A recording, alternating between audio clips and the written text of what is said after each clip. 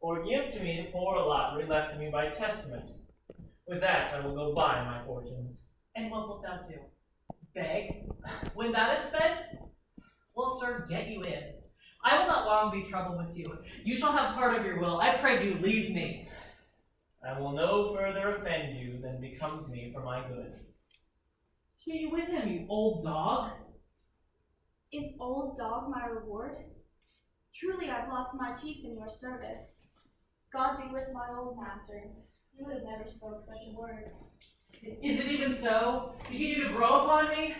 I will physic your rankness and yet give no 1,000 crowns neither. 'Twill be a good way. Tomorrow the rest of is. Good morrow, your worship. Good Master Charles, what's the new news at the new court? There's no news at the court. Oh, but the old news. The old Duke has been banished by his younger brother, the new Duke. And he, along with 3 or 4 of the loving lords, have put themselves into involuntary exile. Can you tell if Rosalind, the Duke's daughter, be banished with her father? Oh. Ow. No. For the Duke's daughter, her cousin, she so loves her, being ever bred from their cradles together, that she would die to be apart. So she stays behind at the court and is no less beloved of her uncle than his own daughter. And if I may say, no two ladies love as they do. Where will the old Duke live? Well, they say he's already at the Forest of Arden, and there he lives with his merry men. Just like, you know, with the bow and the arrow, and, robbing people that are rich, and, but he's robbing not people that are rich. Robin Hood? Yeah, Robin Hood. Oh, you wrestle tomorrow before the new Duke. Oh, marry do I, sir? Oh, I came here to acquaint you with the matter. Oh, I've come to understand that your brother, Orlando, he had disposition to come against me and triumphal. He's young and so tender, but I'm loath to foil him, as I must, for it's my honor if he come against me. Therefore, out of love for you, I came to acquaint you with the matter so that you might stay him from his inclination, for it's altogether against my will. Charles, I thank thee for thy love to me. I had myself notice of my brother's purpose herein, and have, by underhand means, labored to dissuade him of it, but he is resolute. I'll tell thee, Charles, it is the stubbornest young fellow of France, full of ambition, and envious emulator of every man's good parts, a secret and villainous contriver against me, his natural brother. Therefore, use thy discretion. I had as lief thou didst break his neck as his finger. For I assure thee, almost with tears I speak it. There is not one so young and so villainous this day living. I speak but brotherly of him, but should I anatomize him to thee as he is? I must blush and weep, and thou must look pale and wonder. I am heartily glad I came hither to you. Well, if he comes against me, I'll give him his reward. Well, if he ever wrestles again, why, I'll hurt him real good. God keep your worship. Well, good Charles. Now will I stir this gangster. I hope I shall see an end to him. For my soul, yet I know not why, hates nothing more than he. Yet he's gentle, never schooled, and yet learned, and is so much in the good of the world that I am altogether misprized. But it shall not be so long. This wrestling shall clear all. And now all that remains is that I gather the boy thither, which now I'll go about.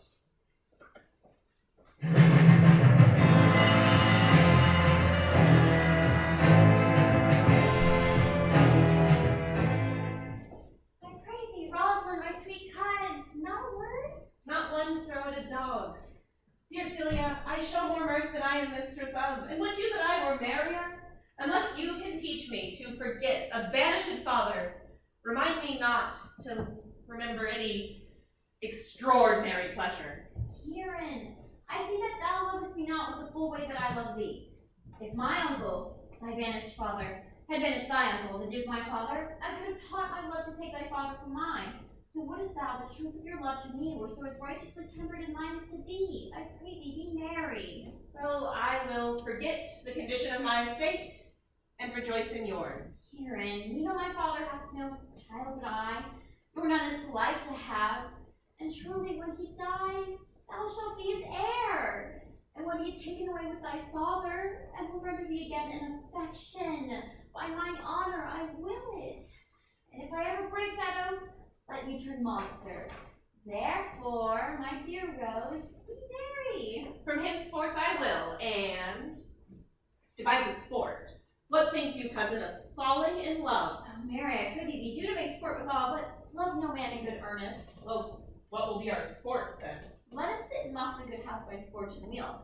For those that she makes fair, she scarce makes honest, and those that are honest are very ill-favoredly. No, now you go from fortune's office to nature's. The reign of fortune is the gifts of the world, not the lineaments of nature. No, that's not fortune's work neither, and may she not by fortunes fall into the fire?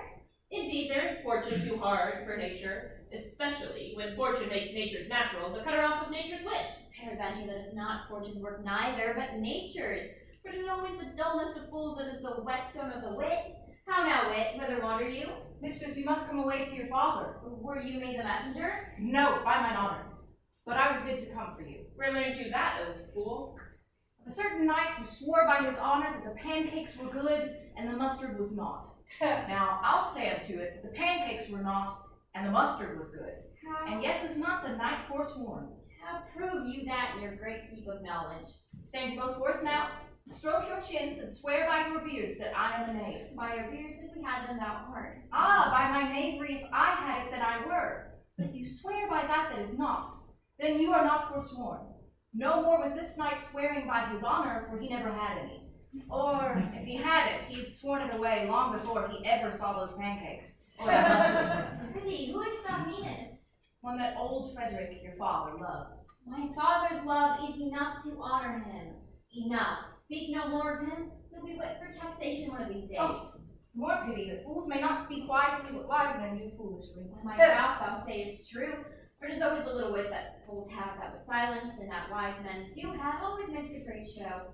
But oh, here comes good Monsieur LeBeau, With his mouth full of news, that he will put on to us as pigeons feed their young. then we shall be news crammed. Oh, all the better that we shall be the more marketable. Bonjour, good Monsieur LeBeau. What's the news? Fair princess, you have lost much good sport. Sport, what color? What color, madam? How shall I answer you? As wit and fortune will. Or as the destinies decree. Oh, well said, it was laid on with the trowel. Nay, if I keep not my right. Thou losest thy old smell. You amaze me, ladies. I would have told you of good wrestling, which you have lost the sight of. You come to tell us the manner of the wrestling? I will tell you the beginning, and if it please your ladyships, you may see the end, for the best is yet to do, and here where you are, we are coming to perform it.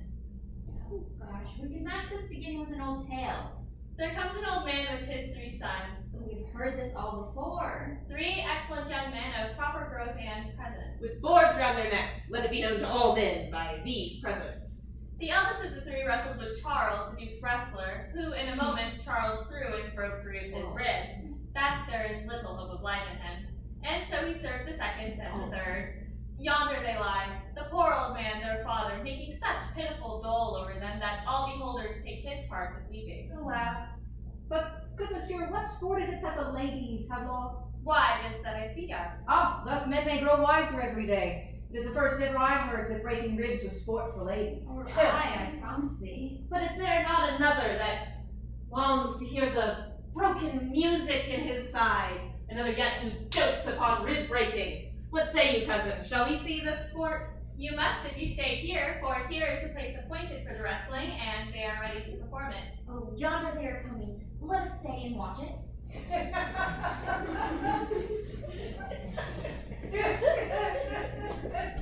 Come on, since the youth will not be entreated, his own peril on his forwardness.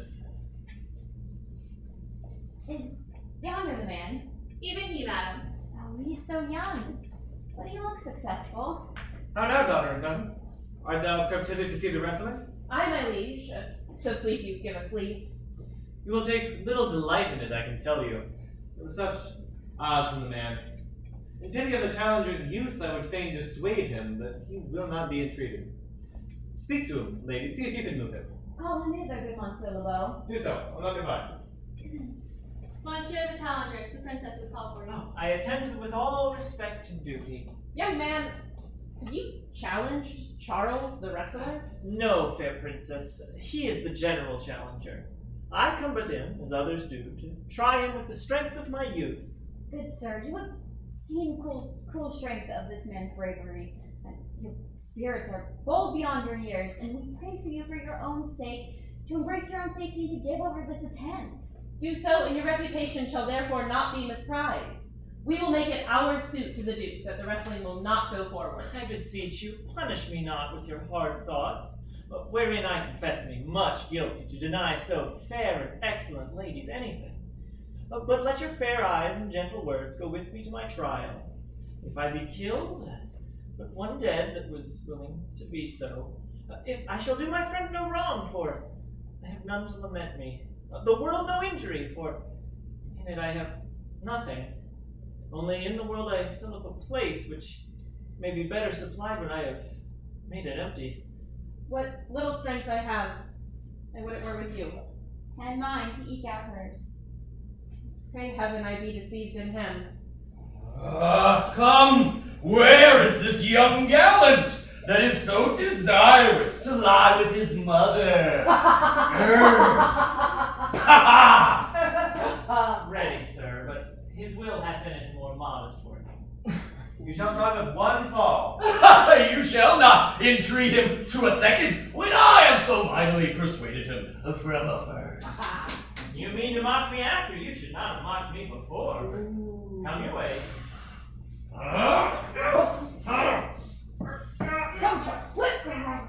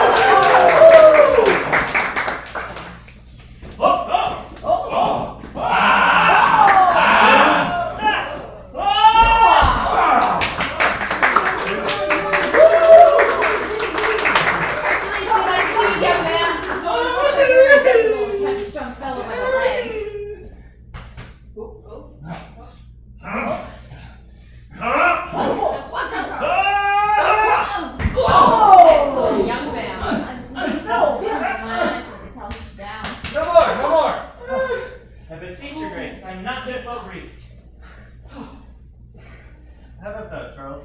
He cannot speak, my lord.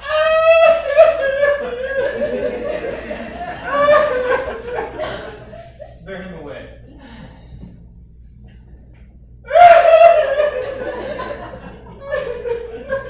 What is thy name, young man? Orlando, my liege, youngest son of Sir Roland de Boys. I would thou hadst been son to some man else. The world esteemed thy father honorable, but it did find him still mine enemy. But fare thee well, thou art a gallant youth. I would thou hadst told me of another father. Were I my father, cuz, would I do this? I am more proud to be Sir Roland's son, his youngest son, and would not change that calling to be adopted heir to Frederick. My father loved Sir Roland as his soul, and all the world was of his opinion. Had I known this man to be his son, I should have given him tears unto entreaties before he had ventured thus. Gentle cousin, let us go and thank and encourage him. My father's rough and envious disposition sticks me at the heart. Good sir, you have well deserved. And if you do keep your promises in love, justly so, since you have exceeded all promises, your mistress shall be happy. Sir, wear this for me. One out of suits with fortune who would give more, but her hand lacks the means. Will you go, cousin? Very well, for gentlemen. Can I not say I thank you? My better parts are all thrown down, and That which here stands up is but a quintain, a lifeless block. He calls us back. My pride fell with my fortunes. I'll see what he would. Did you call, sir? Sir, you have wrestled well and overthrown more than your enemies. Fare you well. Will you go, cuz? Oh, what passion hangs these weights upon my tongue! I cannot speak to her, yet she urged conference. Oh, poor Orlando. Thou art overthrown, or Charles or something weaker masters thee. Good sir, I do imprint your counsel to leave this place. Albeit you have deserved high commendation, true applause, and love, yet such is now the Duke's condition that he misconstrues all that you have done. I thank you. Pray, tell me this. Which of the two was the daughter of the Duke that here was at the wrestling? Neither his daughter who judge by manners, but yet indeed the lesser is his daughter. Rosalind is daughter to the banished Duke, and is here detained by her usurping uncle to keep young Celia company, whose love is dearer than that of the natural bond of sisters. But I can tell you that, of late, this Duke hath taken displeasure against his gentle niece, grounded upon no other argument but that the people praise her for her virtues and pity her for her good father's sake. And, on my life, his malice against the lady will suddenly break forth. Sir, fare you well. Hereafter, in a world better than this, I shall desire more love and knowledge of you. Oh, I am much bound to you. Fare you well.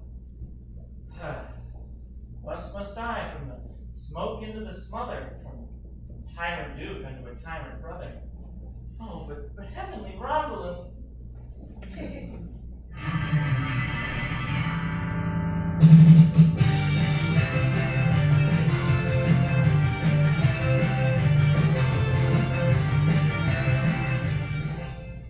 My dear Rosalind, you would have mercy.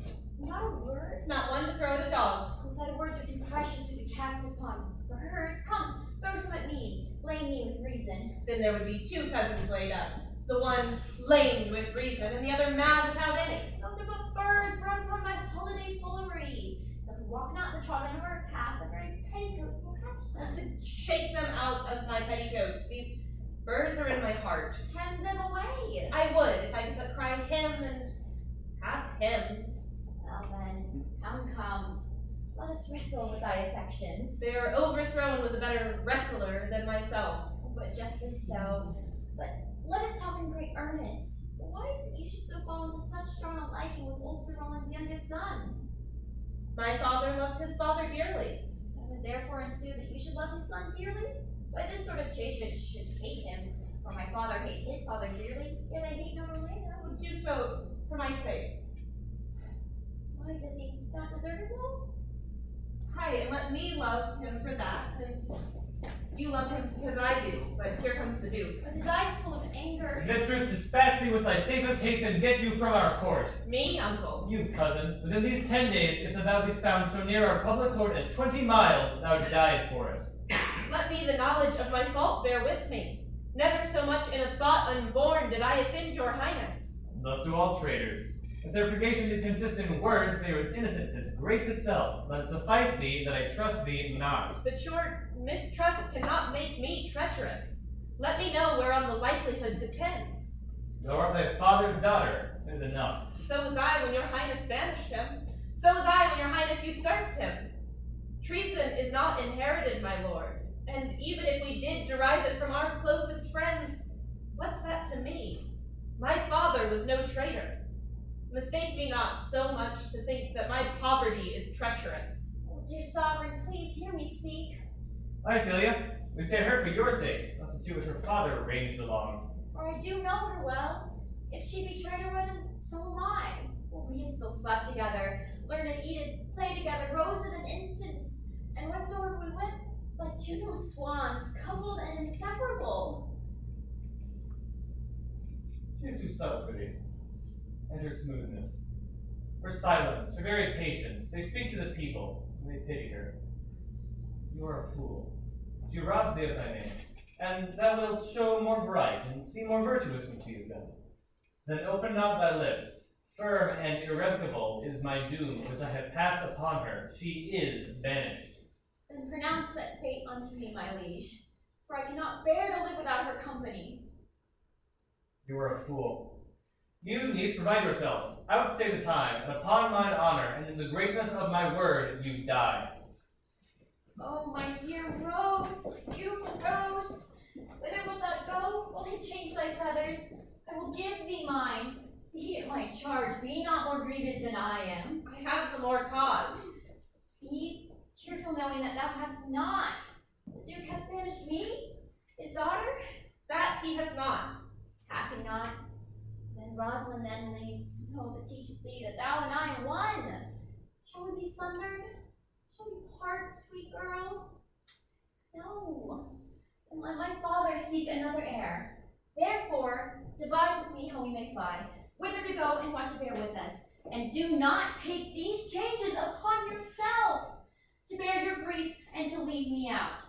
For by sorrow's pale in heavens now, say what thou canst, I'll go along with thee. Why, whither will we go? To seek my uncle in the forest of Arden. Will it not be a danger to us, maids as we are, to travel forth so far? Oh, I'll put myself in foreign mean attire, and with a sort of umbrous smirch upon my face, the like that you will do, so shall we pass along and never stir assailants. Would it not be better, since I am more than common tall, if I were to disguise myself in all points like a man, a gallant curtle-axe upon my thigh, and a boar spear in my hand, and in my heart, what woman's fear there will? We'll have a swashing and martial outside, as many a mannish coward do. What shall I call you when thou art a man? I'll have no worse name than Jove's own page, and therefore call me Ganymede. But what will I call you? Something that hath resemblance to my state. No longer Celia, but Aliana. Would it not be good if we essayed to steal that fool from your father's court? Would he not be a comfort to us in our travels? Oh, he'll go along o'er the world wide with me. Leave me to woo him, let's away. Devise the fittest time and safest way to depart. But there will be pursuit after my flight. And now we go, to content, to liberty, and not to banishment.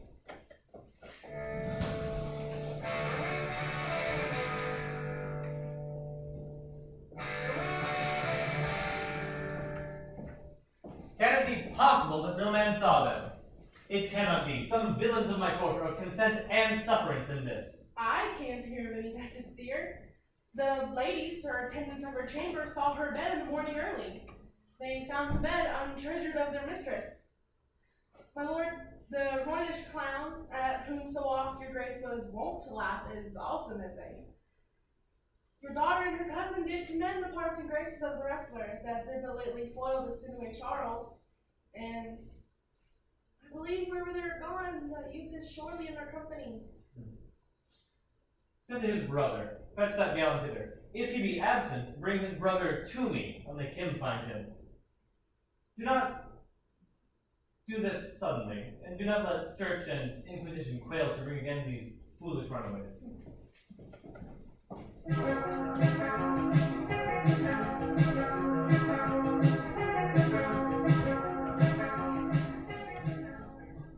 Who's there? What, my young master? My sweet master and my gentle master, why what make you here? Why do people love you, and why are you virtuous, and wherefore are you gentle, strong, and valiant?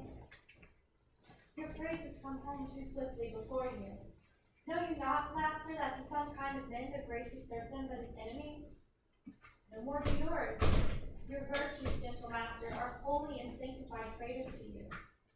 What a world is this, when what is comely to a man inflames him that bears it? What's the matter? One happy youth.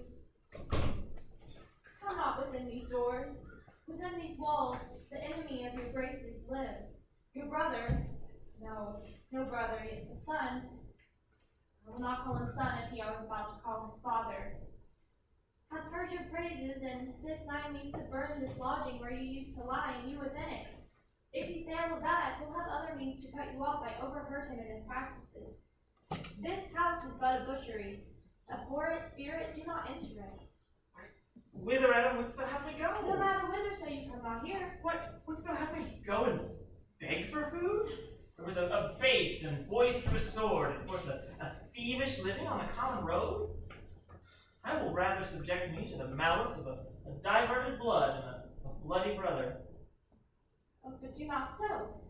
I have 500 crowns, the thrifty hire I saved under your father, which I had stored to be my foster nurse when service in my old limbs should lie lame and in an unregarded age form his throne. Take it, and he that doth the raven's feed, yea, providently caters for the sparrow, be comfort to my age. Take it. And all this I give you. Let me be your servant. Though I look old, my age is but a lusty winter, frosty but kindly.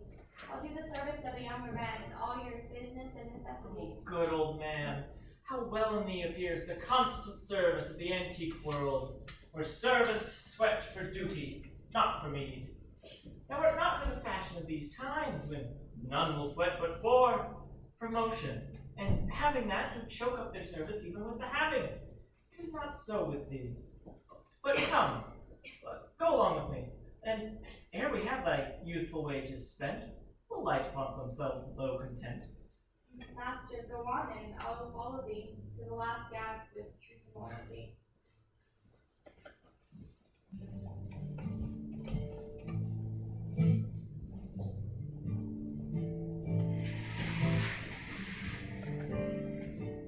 Now, brothers and comates in exile, hath not old custom made this life more sweet than that of painted pomp?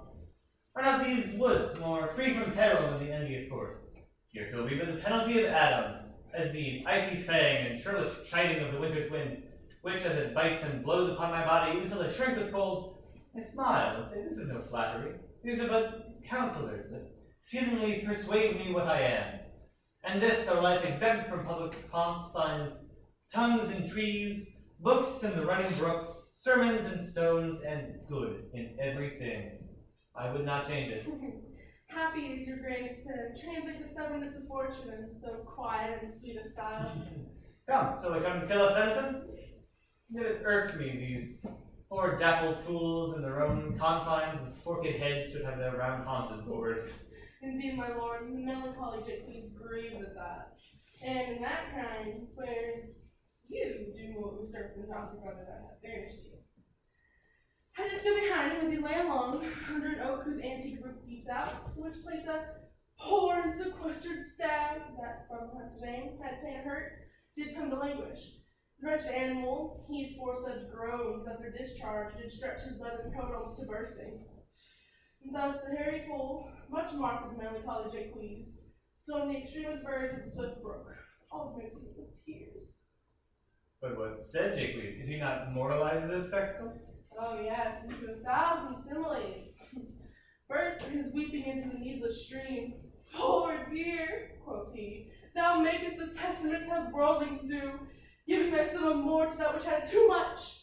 Then, being there alone, left and abandoned of his velvet friends, 'tis right, quoth he, thus misery doth part the flocks of company. Anon a careless herd, full of the pasture, jumps along by him and never stays to greet him. Aye, quoth Jacques, sweep on, you fat and greasy citizens, 'tis just the fashion. Wherefore do you look then upon the poor and broken bankrupt there? And thus, most effectively, he pierces through the body of the country, city, court, yes, and swears we are mere usurpers and tyrants, and what's worse to fright the animals, and kill them up in their assigned and native dwelling place. And did you leave him in this contemplation? I did, my lord, weeping and commenting upon the sobbing deer. Show me the place. I love to coax these celibates, but then he's full of matter. I'll bring you to him straight.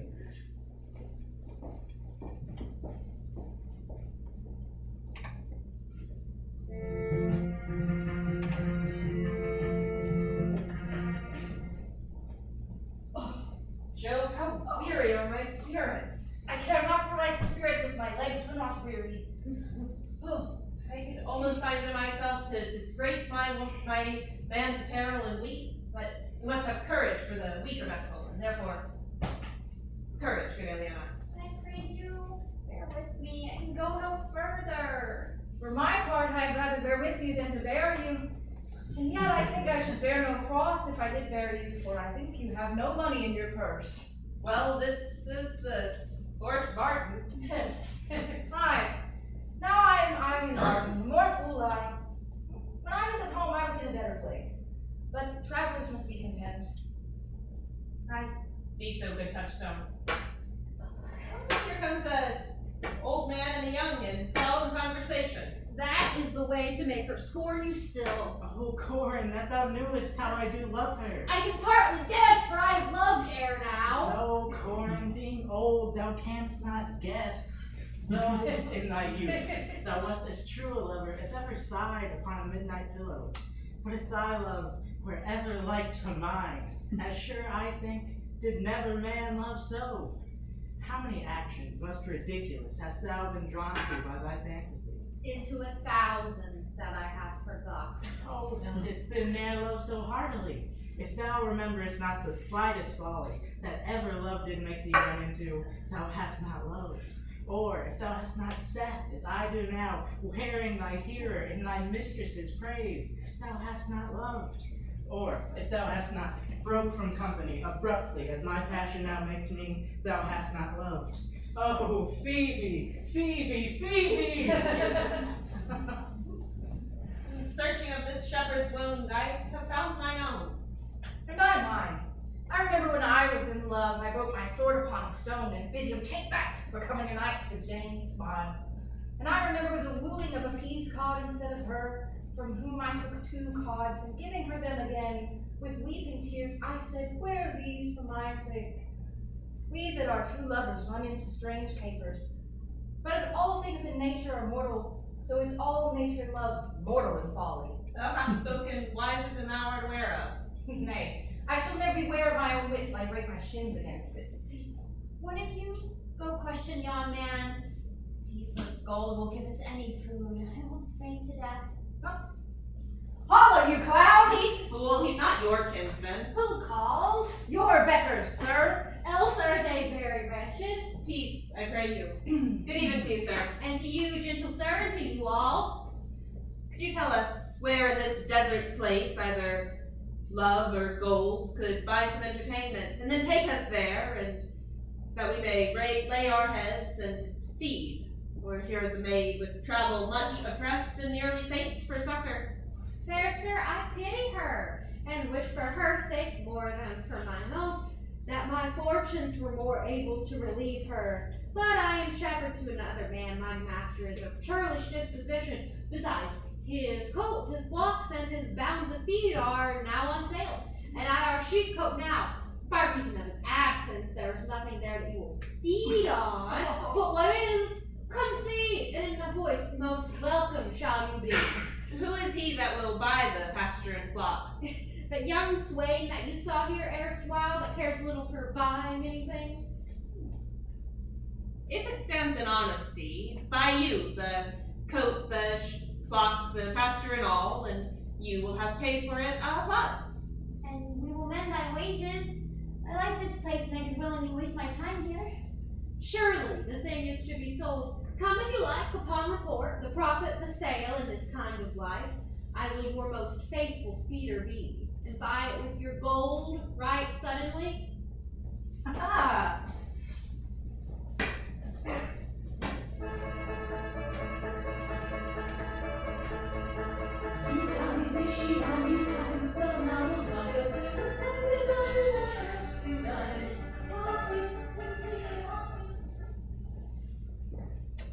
Master, I can go no further. I die for food. Here, I'll lay down and measure out my grave. Farewell, sweet master. How now, Adam? No greater heart in thee. Oh, live a little, comfort a little, cheer thyself a little. If this uncouth forest yield anything savage, I will either be food for it, or bring it for food to thee. Thy conceit is nearer death than thy powers. For my sake, be comfortable. Hold death awhile at the arm's end. And if I bring thee not something to eat, I will give thee leave to die. But if thou diest before I come, thou art a mocker of my labor. Come, I will bear thee to some shelter, and thou shalt not die for lack of a dinner, if there live anything in this desert. Cheerly, good Adam.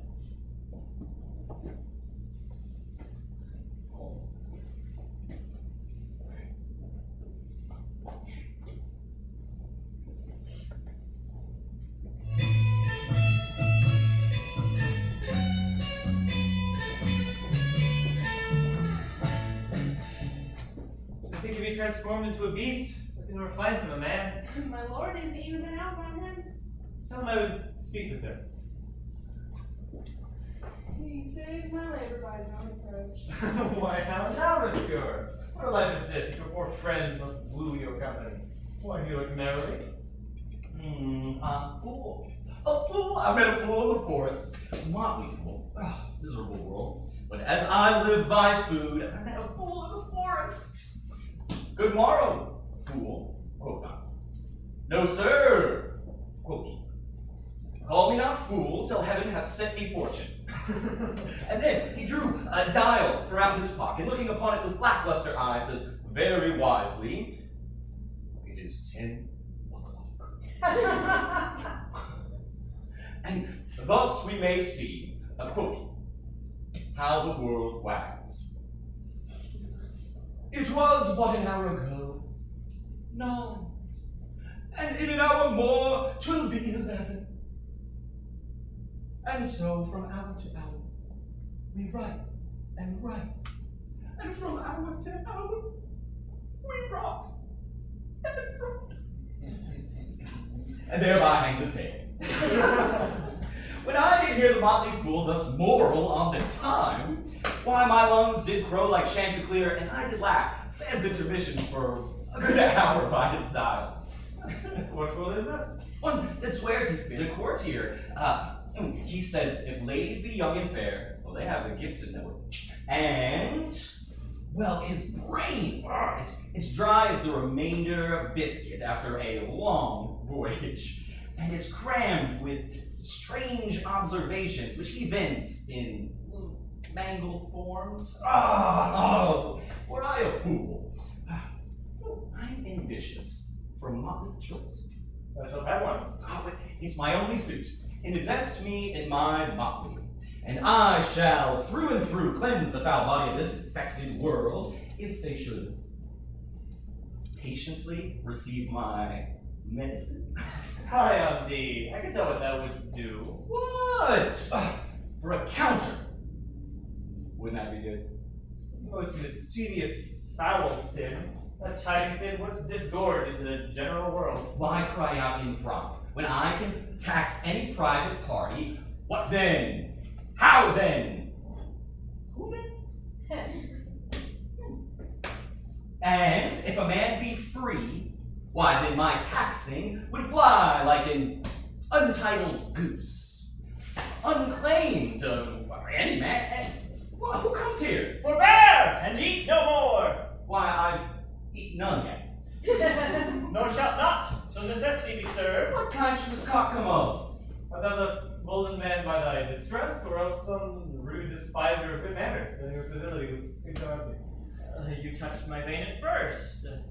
The thorny point of bare distress hath tamed for me the show of smooth civility. Yet am I inlet bred, know some nurture. But forbear! He dies that touches any of this food till I and my affairs are answered. He will not listen to reason. No, I must die. What wouldst thou have? Thy gentleness would force more than force move us to gentleness. I almost die for food. Let me have it. Sit down at our table and feed.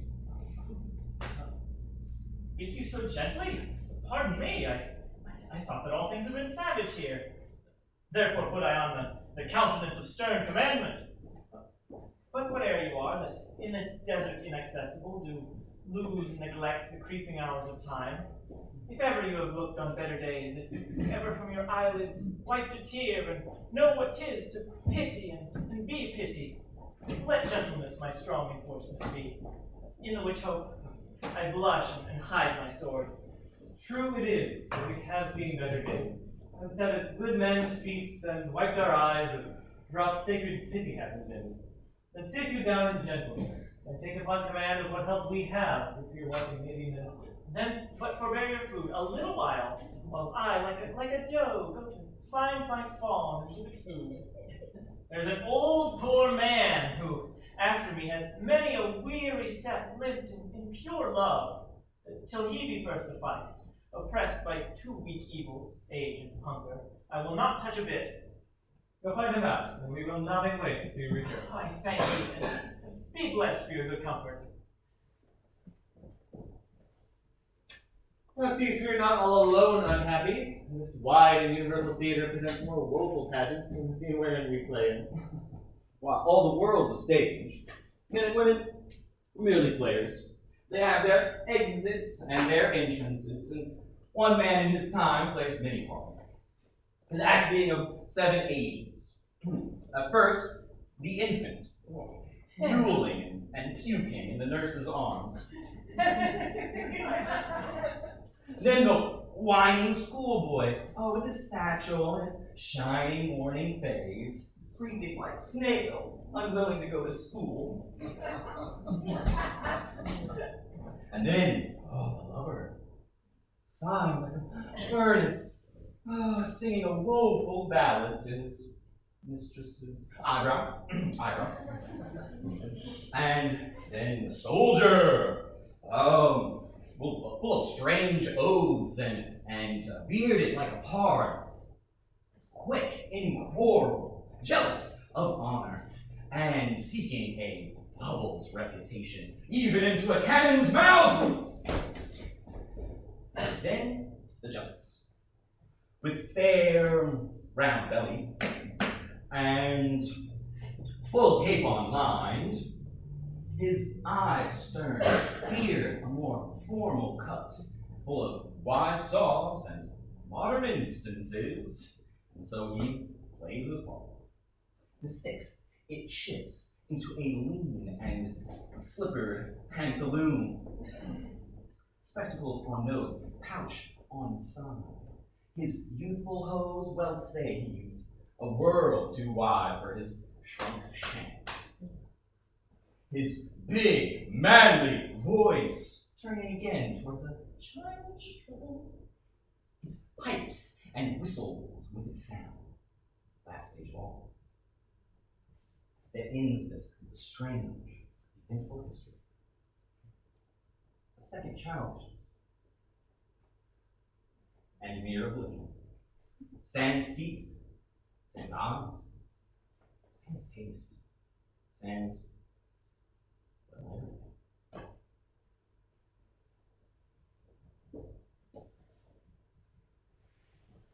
Welcome. Set down my venerable burden and let him feed. Oh, I thank you most for him. So have you me. I scarce can speak for myself. I will not trouble you. Well, do.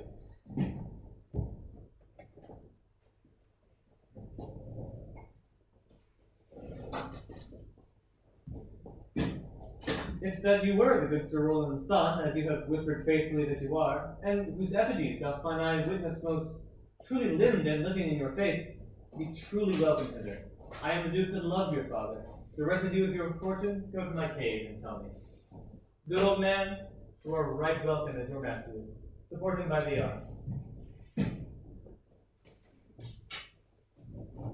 Give me your hand, and let me all your fortunes understand.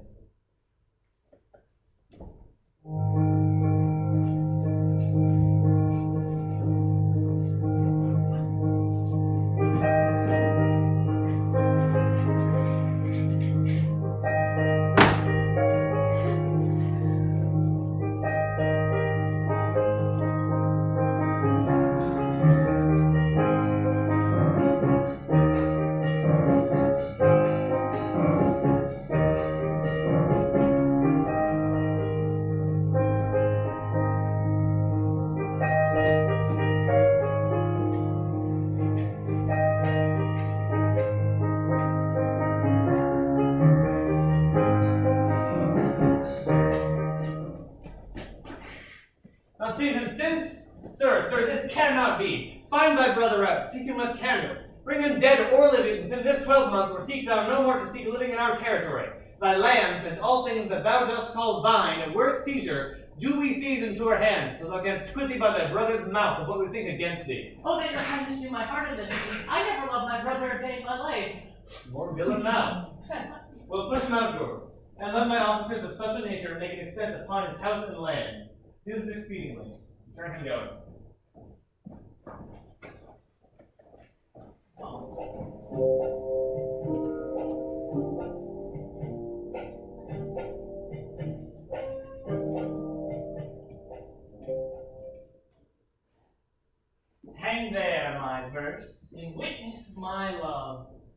thou, thrice crowned queen of night, survey with thy chaste eye from thy pale sphere above thy huntress's name that my full life doth sway. Oh, Rosalind, these trees shall be my books, and in their barks my thoughts all character. That every eye which in this forest looks shall see thy virtue witnessed everywhere. Run, run, Orlando, carve on every tree the fair, the chaste, and unexpressive she.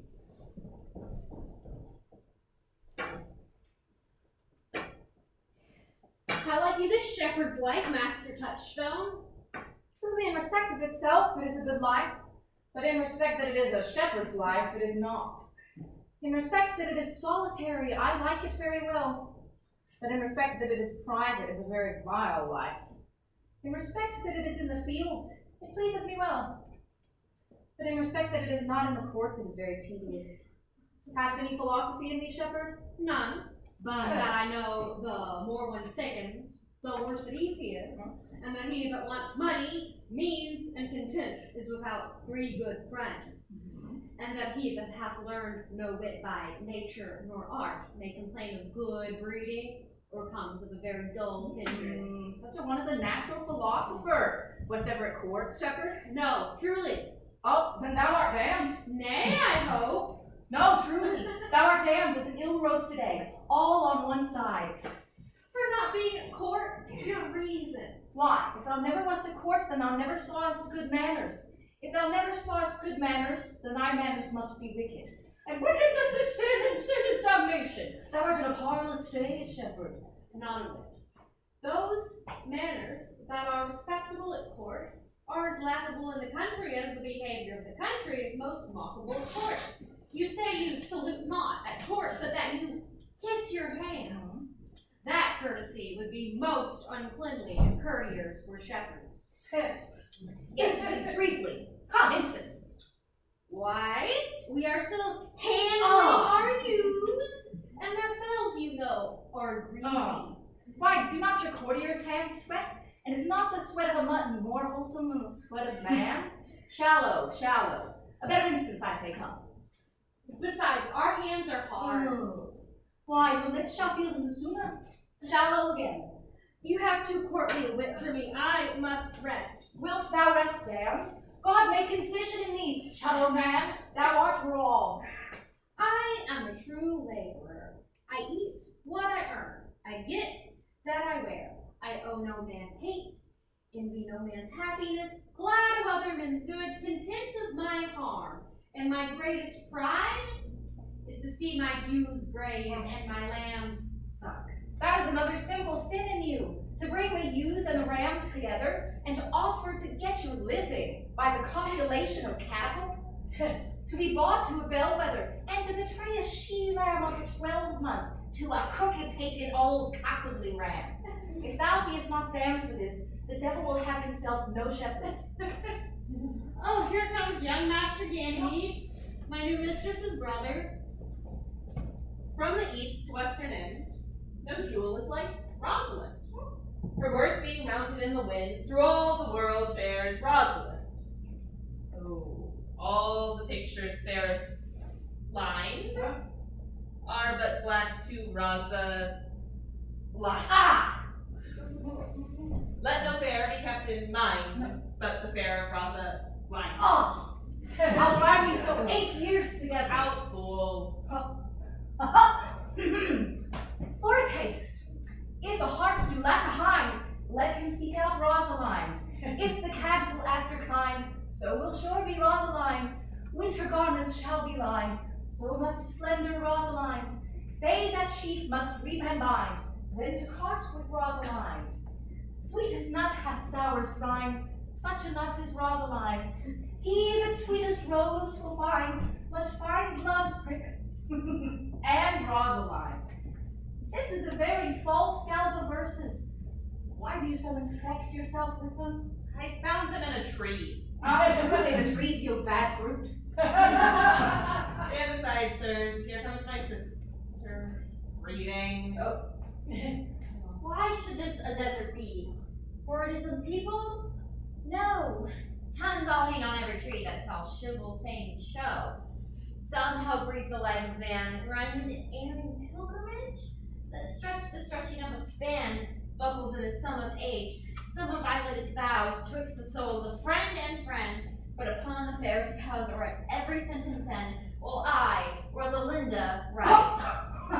Teaching all that read to know the quintessence of every sprite, heaven would in little show, therefore heaven nature charged, that one should be filled with all graces enlarged, naturally, presently distilled, Helen's cheek, but not her heart, Cleopatra's majesty, Atlanta's better part, Sandington's modesty, this Rosalind of many parts, but heavenly snod was devised, of many faces, eyes, and hearts, to have the touch's dearest prize, heaven would that she these gifts should have, and I to live and die her slave.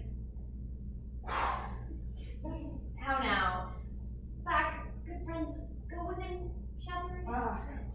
Come, shepherd, let us make an honorable retreat, though not with bag and baggage, yet with scrip and scrippage. Didst thou hear these verses? Oh, yes, I read them all. Some of them have more feet than the verses can bear. That's no matter, for the feet might bear the verses. Oh, no. These feet were lame, and could not bear themselves within the verse, and therefore stood lamely in the verse. Didst thou wonder how thy name is painted and carved upon these trees? I was 7 of the 9 days out of wonder when you came along, for look what I found in a palm tree. Trow you, who hath done this? Is it a man? And a necklace he once wore about his neck, changing color. But who is it? Lord, Nay, but tell me who. oh, wonderful, wonderful, and wonderful again, and yet again wonderful, and after all that, all without hoping. Oh, good my complexion. Dost thou think that because I'm comparisoned like a man, that I have a doublet and hose in my disposition? Come, pour this concealed man out of your mouth, like wine from a narrow-necked bottle. None at all, or all at once. Uncork your mouth, that I may drink of your tidings. Go all the more wild, put a man in your belly. What manner of man is he? Is he of God's making? Is his head worth a hat, or his chin worth a beard? Nay, he hath but a little beard. Well, God will send him more, if man be thankful. Deny me not the knowledge of his chin, and I will wait upon the growth of his beard. Oh, it is young Orlando that drew out the wrestler and both your heart in an instant. Oh, the devil take your mocking speech, sad brow, and true maid. My faith cussed is he. Orlando, bless the day! What will I do with my doublet and hose? What did he when thou sawest him? Where went he? Where remains he? What makes him here? Did he ask of me? What said he when thou sawest him? And when wilt thou see him again? Tell me all in one word. You must bar me gargantuan's mouth, for it is all too great of a word to fit in his mouth of age's size. To say I know to these particles is to make more matter to an answer for catechism. But does he know that I am in these woods and in man's apparel? Looks he as freshly as he did the day he wrestled? It is easy to count autonomies as the proposition of a lover, but take good taste in my finding him. Relish with good observance. I found him underneath a tree like a dropped acorn. Oh, it might as well be called Jove's tree when it drops such fruit. Good madam, give me counsel. Proceed. There he lay, wounded like a knight. Oh, though it be a pity to see such a sight, it well becomes the ground. Perfect sight, tongue unseasonable, he was furnished like a hunter. Ominous. He comes to wound my heart. Thou burnest it out of me no more. Dost thou not know that I am a woman? When I think, I must speak. Pray, say on, sweet sister. Nay, thou burnest it out of me. Soft, does he come here? 'Tis he. Let's slink by and mark him. Well, I thank you for your good company, but I had as lief been myself alone. I do desire we may be better strangers. I pray thee, mar no more trees with writing love songs in their barks. I pray you, mar no more of my verses with reading them ill-favoredly. Oh, Rosalind is your love's name. Yes, just. I don't like her name. There was no thought of pleasing you when she was christened. Of what stature is she? Oh, just as high as my heart. You have a nimble wit, Ah, come, sit with me, and we shall rail against our mistresses, the world, and all of our miseries. I will shy no breather in the world but myself, against whom I know those faults. Your only fault is that you're in love. 'Tis a fault I would not give for your best virtue. I am weary of you. Well, by my troth, I was searching for a fool when I met you. He's drowned in the brook. But look but in, and you shall find him. But therein, I will see my own figure. Which I take either to be a fool or a cipher. I will tarry with you no longer. Goodbye, Signor Love. I am glad at your departure. Adieu, good Monsieur Melancholy. I'll approach him like a saucy lackey and there and play the knave with him. Do you hear, Forrester? Very well. What would you? What is it, o'clock? You should ask me what time of day. There's no clock in the forest. Then there's no true love in the forest, else sighing every minute and groaning every hour would detect the lazy foot of time as well as the clock. And why not the swift foot of time? Had not that been as proper? Well, time travels in diverse paces with diverse persons. I can tell you who time gallops withal, who time trots withal, who time ambles withal, and who she stands still withal. I prithee, who doth time trot withal? Time trots hard with the maid twixt the contract of her marriage and the day it is solemnized. Should the interim be but a sennight, it feels the length of 7 years. Who ambles time withal? With a priest that lacks Latin, and the rich man that hath not the gout. For the one sleeps easy because he cannot study, and the other lives merrily because he feels no pain. Who gallops time withal? With a thief on his way to the gallows, for though he steps as soft as foot may fall, he finds himself too soon there. And who stands he still withal? With lawyers on vacation, for though they sleep twixt term and term, they see not how time moves. Where dwell you, pretty youth? With my sister, the shepherdess here, on the outskirts of the forest. Like a French, a Conopetico. Your accent is something finer than you could purchase in so removed a dwelling. I've often been told such. Old religious uncle raised me and taught me to speak. He was an inland man, and in his youth knew much of courtship, for there he fell in love, and I've heard many a sermon against that. I thank God that I am not a woman, to be touched with the 1,000 giddy offenses he taxed the whole sex withal. What were some of the principal evils he laid to the charge of women? There were none principal. Each was like the other, as halfpence are, everyone seeming monstrous, and then another would come along to match I it. prithee recount some of them. No? I will not cast away my physic, but on he that is sick. There is a man, haunts our forest, abusing our young plants by carving Rosalind in their bark. Hangs odes upon hawthorns and elegies on brambles, all pursued to deify the name of Rosalind. If I could meet that fancy monger, I would give him some good counsel, for he seems to have the quotidian of love upon him. I am he that is so love-shaped. I pray you, tell me a remedy. There are none of my uncle's marks upon you. He taught me to spot a man in love, in which cage of rushes you are no prisoner. What were his marks? A lean cheek, which you have not. A blue eye and sunken, which you have not. An unquestionable spirit, which you have not. Then your hose should be ungartered, your bonnet unbanded, your shoes untied, your sleeves unbuttoned, and everything about you demonstrating a careless desolation. But you are no such man. Fair youth. I would I could make thee believe I love. Make me believe it. You might as well make her that you love believe it. But tell me, are you he that carves verses in the trees wherein Rosalind is so admired? I swear to thee, youth, by the white hand of Rosalind, I am he. That unfortunate deed. Love is but a madness, and deserves a dark house and a whip as madmen do. Yet I confess curing it by counsel. Did you ever cure me so? Yes, one, and in this manner. He was to think me his love, his mistress, and come to me every day to woo me. At which time would I, being but a moonish youth, grieve, be effeminate, changeable, longing and liking, proud and fantastical, apish and shallow, would then like him, then loathe him, and then entertain him, then forswear him, then ask for him, then spit at him, that I drave my suitor from a living humor of love to a living humor of madness. And thus I cured him.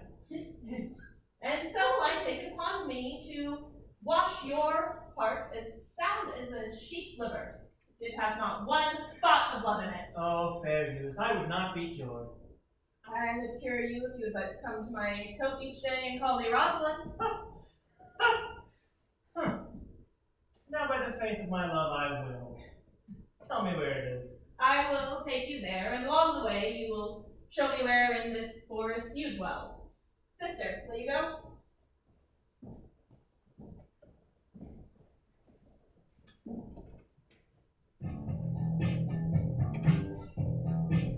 Come apace, gentle Audrey. I shall fetch your goats, Audrey. And how, Audrey, am I the man yet? Doth my simple feature content you? Your features? Oh, Lord warrant us, what features? I am here with thee and my goats, as the most capricious poet honest Ovid was among the gods. Oh, knowledge ill-inhabited, worse than a god in a thatched-roof cottage. When a man's verses cannot be understood, it strikes a man more dead than a great reckoning in a little room. Truly, I wish the gods had made me poetical. I do not know what poetical means. Is it honest in deed and word? Is it a true thing? No, truly. For the truest poetry is the most feigning, and lovers are given to poetry, and what they swear in poetry may be said as lovers they do feign. Oh. Do you wish then that the gods had made me poetical? I do, truly, for thou swearest to me that thou art honest. If thou wert a poet, I would have some hope thou didst feign. Would you not have me honest? No, truly, unless thou wert hard favored. For to have honesty coupled to beauty would be to have honey as sauce to sugar. Material fool. Well, I am not fair, and therefore I pray the gods make me honest. Truly, and to cast away honesty upon a foul slut would be to put meat in an unclean dish. I'm not a slut, though I think the gods aren't foul. Well, praised be the gods for thy foulness. Sluttishness may come hereafter. Nay, I will marry you. And to that end, I have been meeting with Sir Oliver Martext, the vicar of the next village, who has agreed to meet me in this place in the forest and to couple us. I would fain to see this meeting. Well, the gods give us joy. Amen. A man may, if he were of a fearful heart, stagger in this attempt. For here we have no temple but the wood, no assembly but one. But what though? Courage! Ah, here comes Sir Oliver. Good Master Oliver. You are very well met. Will you dispatch us here under this tree, or shall we go with you to your chapel? Is there none to give the woman? I will not take her on gift of any man. Truly she must be given when marriage is not lawful. Proceed. I will give her. Good even, good master, what you call it? How do you, sir? I am very glad to see you. You are very well met. Will you be married, Martin? As the ox hath his woe, so man hath his desires. And as pigeons build, so wedlock would be nibbling. Yes, but given a man of your breed, would you be married under a bush like a beggar? I'll get you to a church and find you a good priest. One that can explain to you what marriage is, and then one of you will prove like young timber and warp. I am not in the mind, but I were better to be married of him than of another, for he is not like to marry me well. And not being well married, it will give me a better excuse hereafter to leave my wife. Come, let me counsel thee. Come away. Come, Audrey, we must be married or we shall live in Audrey. Farewell, good Master Oliver, not, oh sweet Oliver, oh brave Oliver, leave me not behind thee. But right away, be gone, I say, I will not to wedding with thee. 'Tis no matter. Never a fantastical knave of them all will flout me from my own.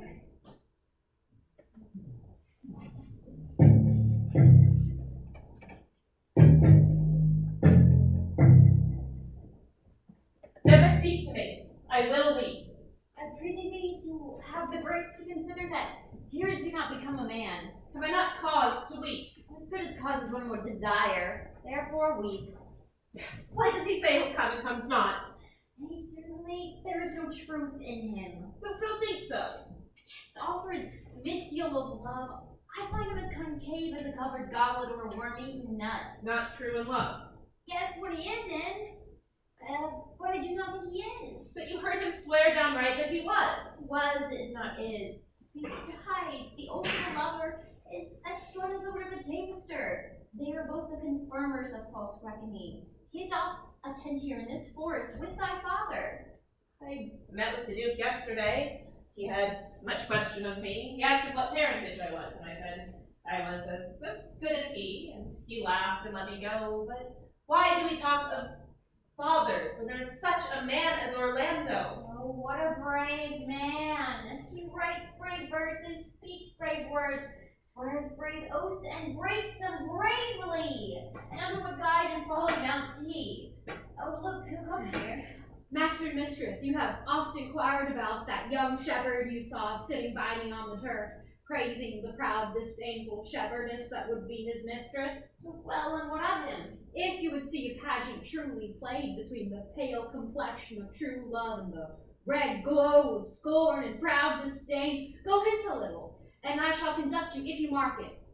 Take us to this place. The sight of lovers feeds those in love. Take us to this scene, and you may say that I will play a busy actor in their play.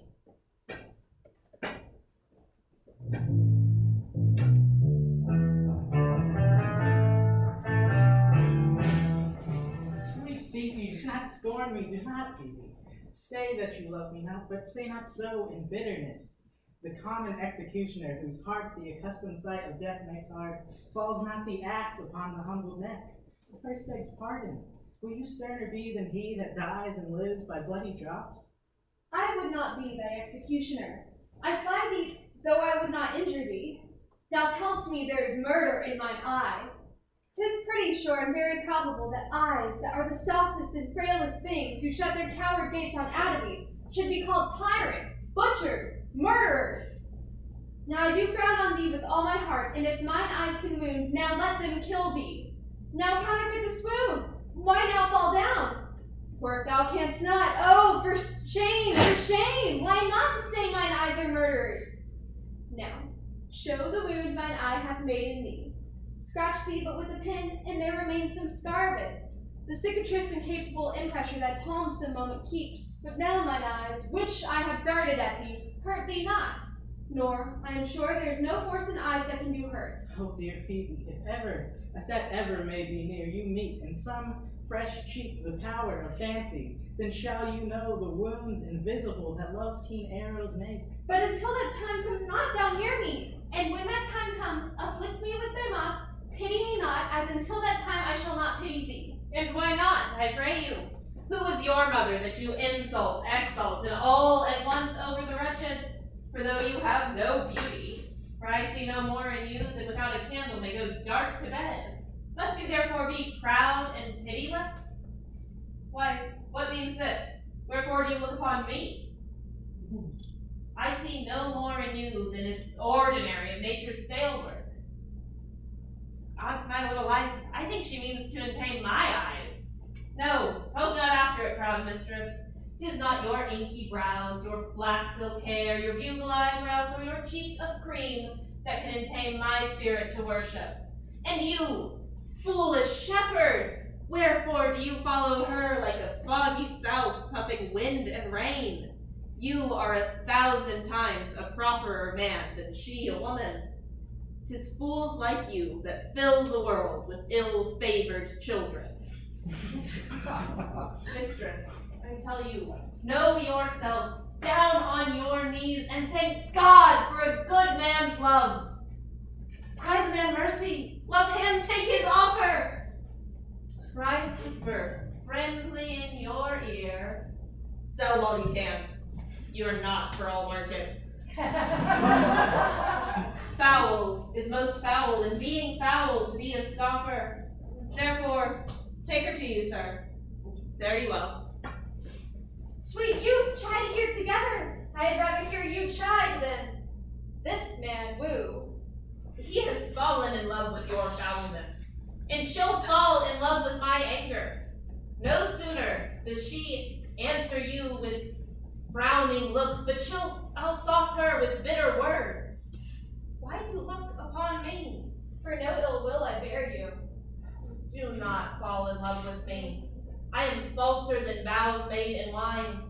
And besides, I like you not. But if you must know where I live, 'tis at this tuft of olives here hard by. Come, sister, let's go. Shepherd, ply her hard. Come, sister. Mistress, be not proud, and look more kindly on him, though all the world can see there is none more amused at sight than he. Come to our flocks. Dear shepherd, now I find this all of might. Whoever loved that loved not at first sight. Sweet Phoebe. Ha! What sayst thou, Silvius? Sweet Phoebe, pity me. Why, I am sorry for thee, gentle Silvius. Wherever sorrow is, relief would be. If you do sorrow at my grief and love, by giving love your sorrow and my grief were both exterminate. Thou hast my love. Is that not neighborly? I would have you. Why, that were covetousness. Silvius, the time was that I hated thee, and yet it is not that I bear thee love, but since thou canst talk of love so well, thy company, which erst was irksome to me, I will endure. And I'll employ thee too, but do not look for further recompense than thine own gladness that thou art employed. So holy and so perfect is my love, and I in such a poverty of grace that I shall think it a most plenteous crop to glean the broken ears after the man that the main harvest reaps. Loose now and then a scattered smile, and that I'll live upon. Knowst now the youth that spoke to me erewhile? Not very well, but I have met him often. He hath bought the cottage in the bounds that the old harlot once was master of. Think that I love him, though I ask for him. 'Tis but a peevish boy, and yet he speaks well. But what care I for words? And yet, words do well when he that speaks them pleases those that hear. It is a pretty youth. Not very pretty. But sure, he's proud. And yet his pride becomes him. He'll make a proper man. The best thing about him is his complexion. And faster did his tongue make offense, did his eye heal it up. He is not very tall, though for his years he's tall. His leg is but so-so, and yet 'tis well. There was a pretty redness in his lip, a little riper and more lusty red that mixed in his cheek. 'Twas just the difference between the constant redness and mingled damask. There be some women, Silvius, had they gone and marked him in parcels as I did, would have gone near to fall in love with him. But, for my part, I love him not. Nor hate him not. And yet, I have more cause to hate him than to love him, for what had he to do to chide at me? He said mine eyes black and mine hair black. And now I remember, scorned at me. I marveled why I answered once again. But that's all one. Omittance is no quittance. I'll write him a very taunting letter. And thou shalt bear it. Wilt thou, Silvius? Phoebe, with all my heart. I'll write it straight. The matters in my head and in my heart, I will be bitter with him and passing short. Go with him, Silvius.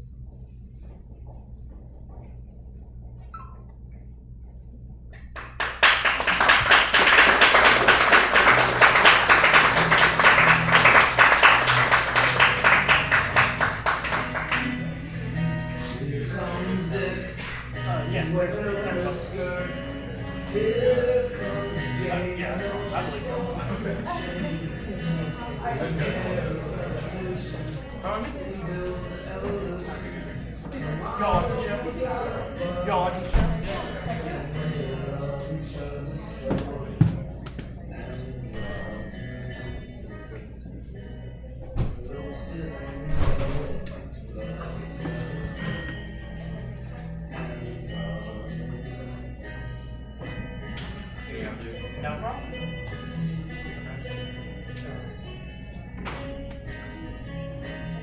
Don't get it wrong, don't get it mad. It might be a fall, but hurry short.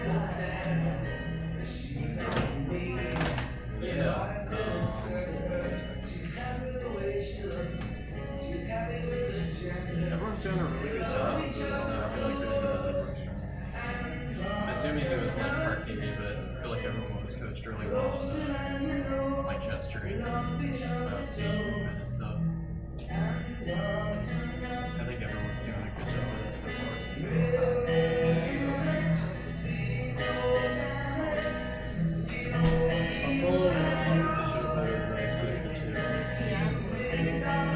It actually did like, it wasn't too bad. It was fun.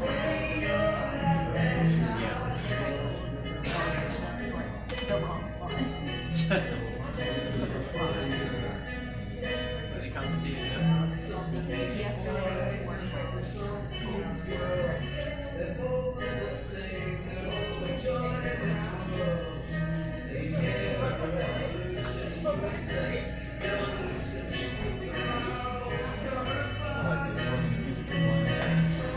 Oh yeah, the director's choice. Yeah. She comes up with all the transitions. Oh, okay.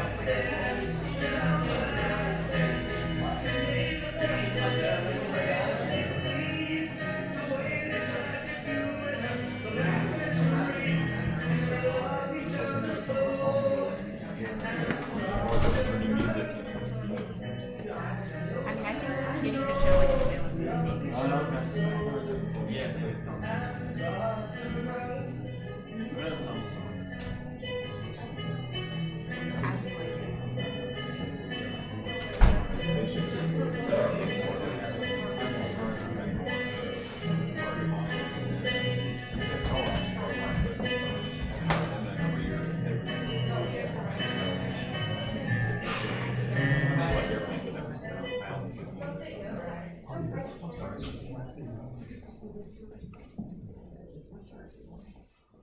Yeah, all the big stations now are just. It is. They'll have the same playlist between the same songs and the same books and That's what I kind of don't like about like the request system, because like everyone's gonna request the same song, so you hear the same thing every day. Right. They must get money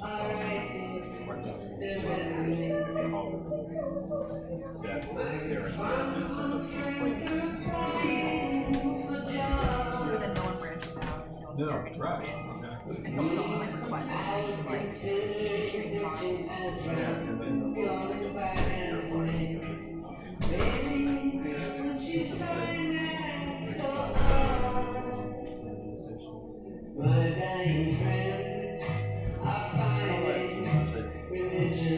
Our work voice has a serious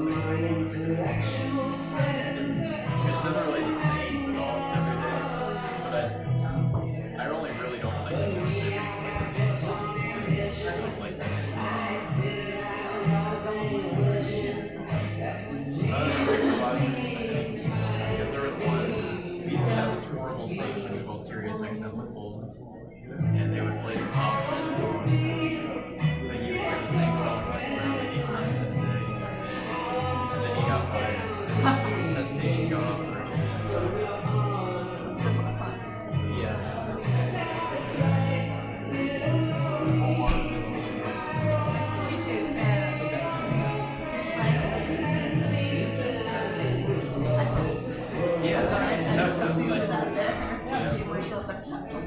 Big assumption. I mean, I find you too. I feel like I deserve some sort of like level there. No, that was such a.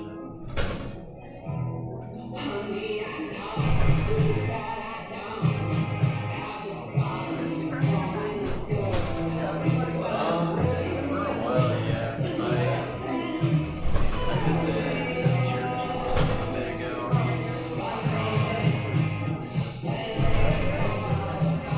I went to their place and I went down to Millennium, Kentucky, a place that my friends had lived way down there. That was cool. It was like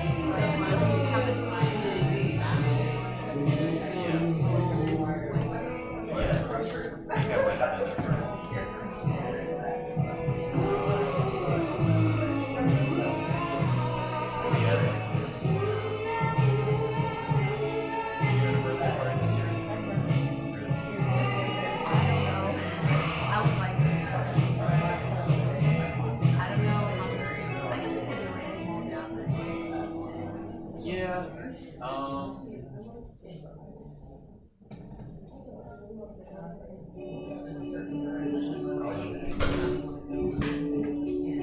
Mona move away or something? The Mona? I think you would say her pronouns. Mona? M-O-N-O-N.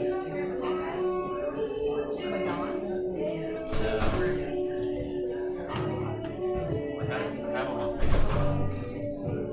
I think I met him at he had a friend, like, his friend's name was before.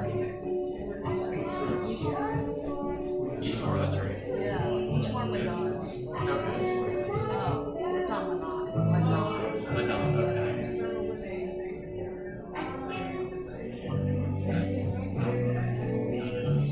Madonna is graduating soon.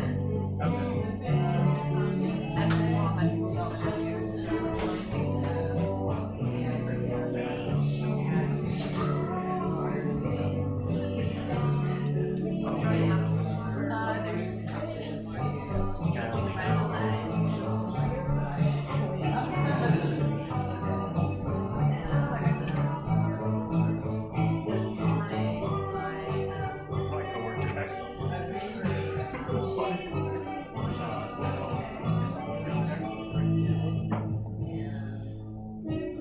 Probably my favorite design.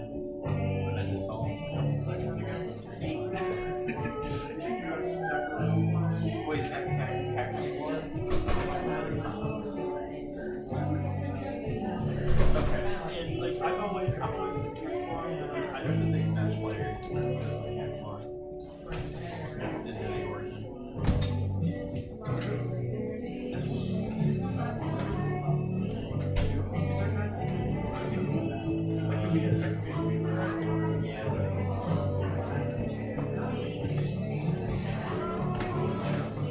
Yeah, yeah.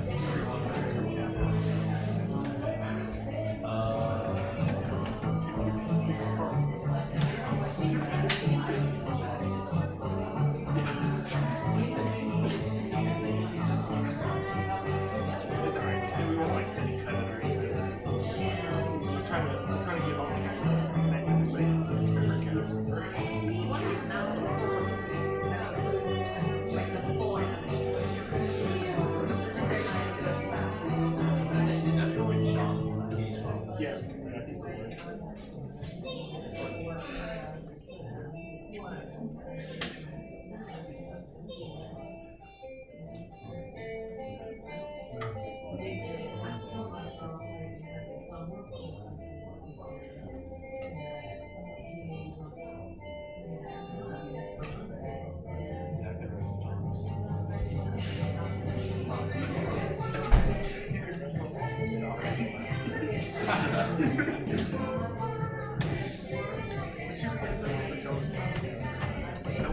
just got wrestling me off this balcony.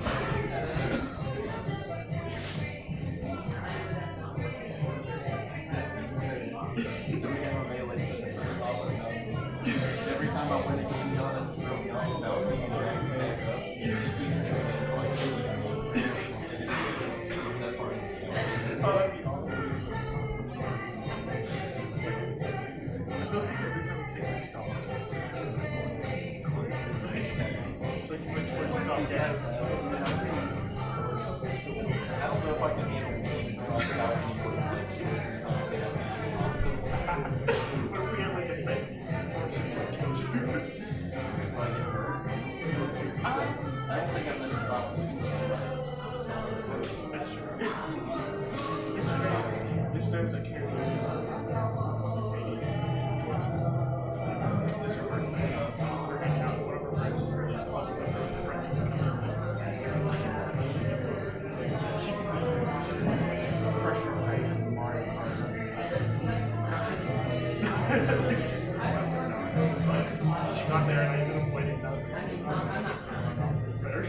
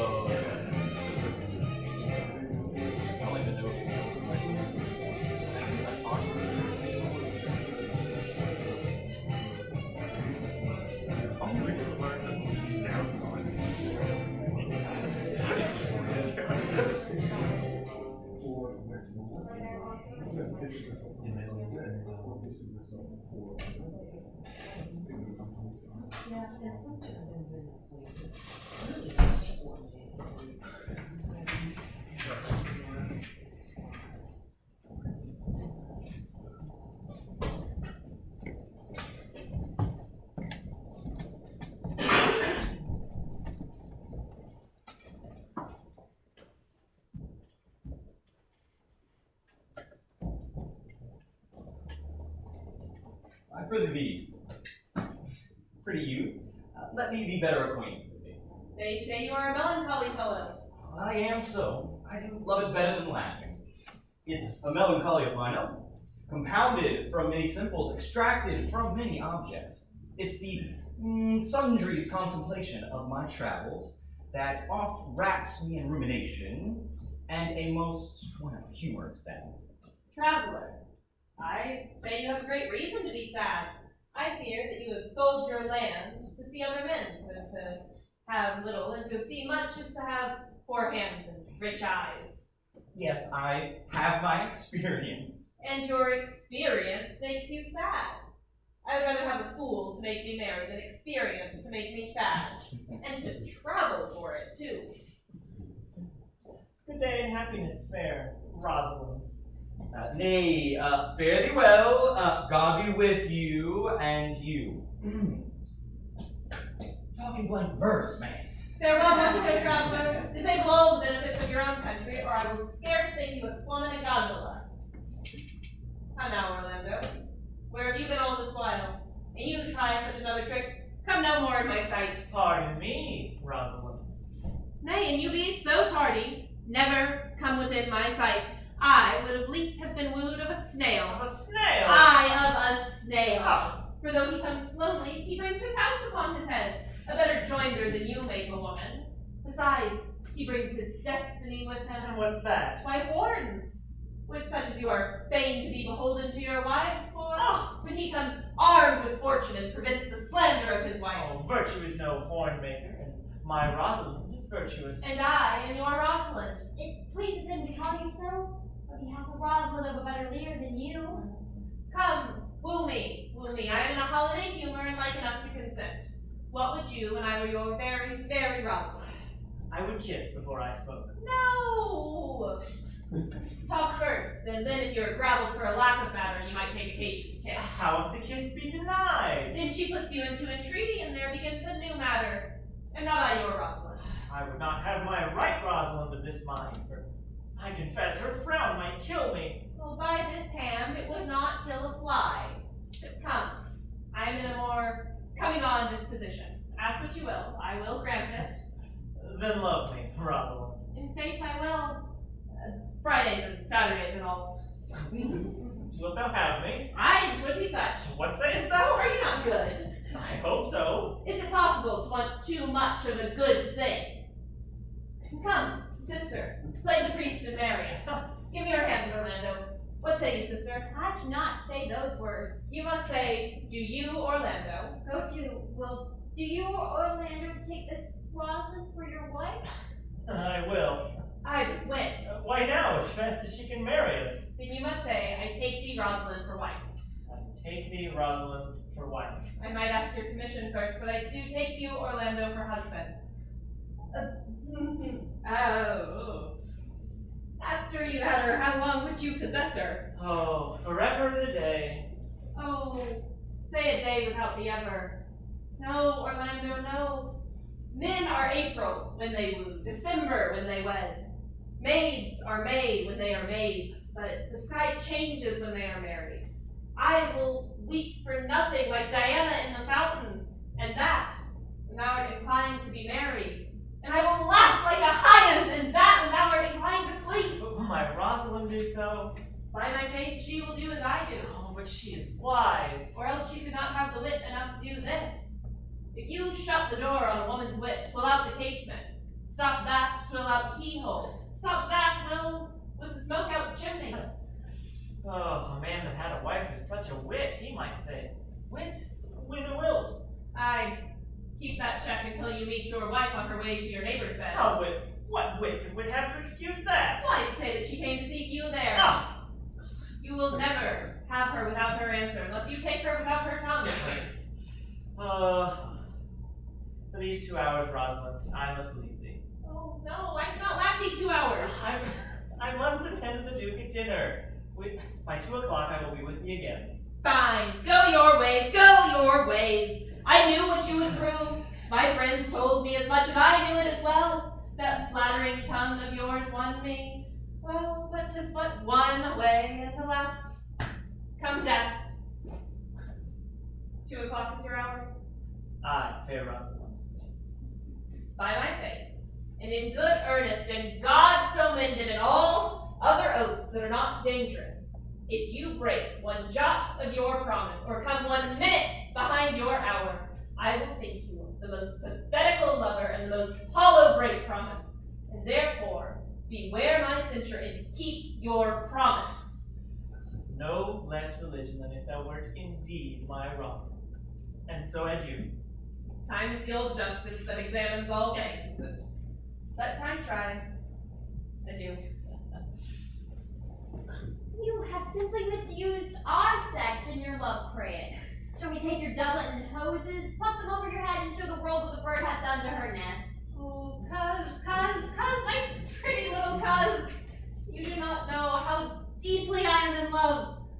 My love has an unknown bottom. It is like the Bay of Portugal. Or rather bottomless, for as you put affection in it, runneth out. I cannot be out of the sight of Orlando. I will find a shadow to sit in and sigh till he comes. And I will sleep.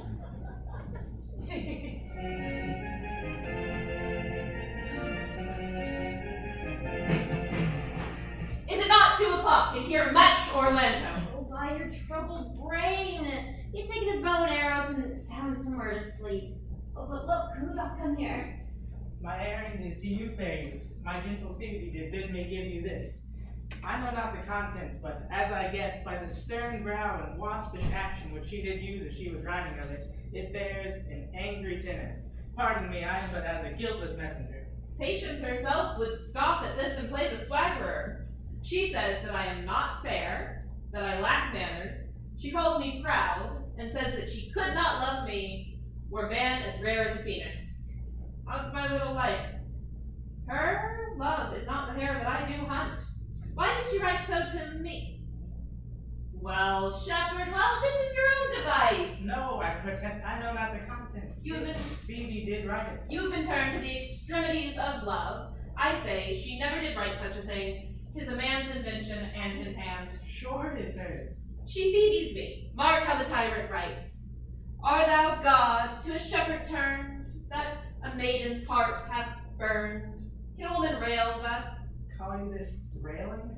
If the scorn of your bright eye have the power to raise such love in mine, alack in me what strange effect would they work in mild aspect? Whilst you chid me, I did love. How then might your prayers move? He that brings this love to thee, little knows this love in me.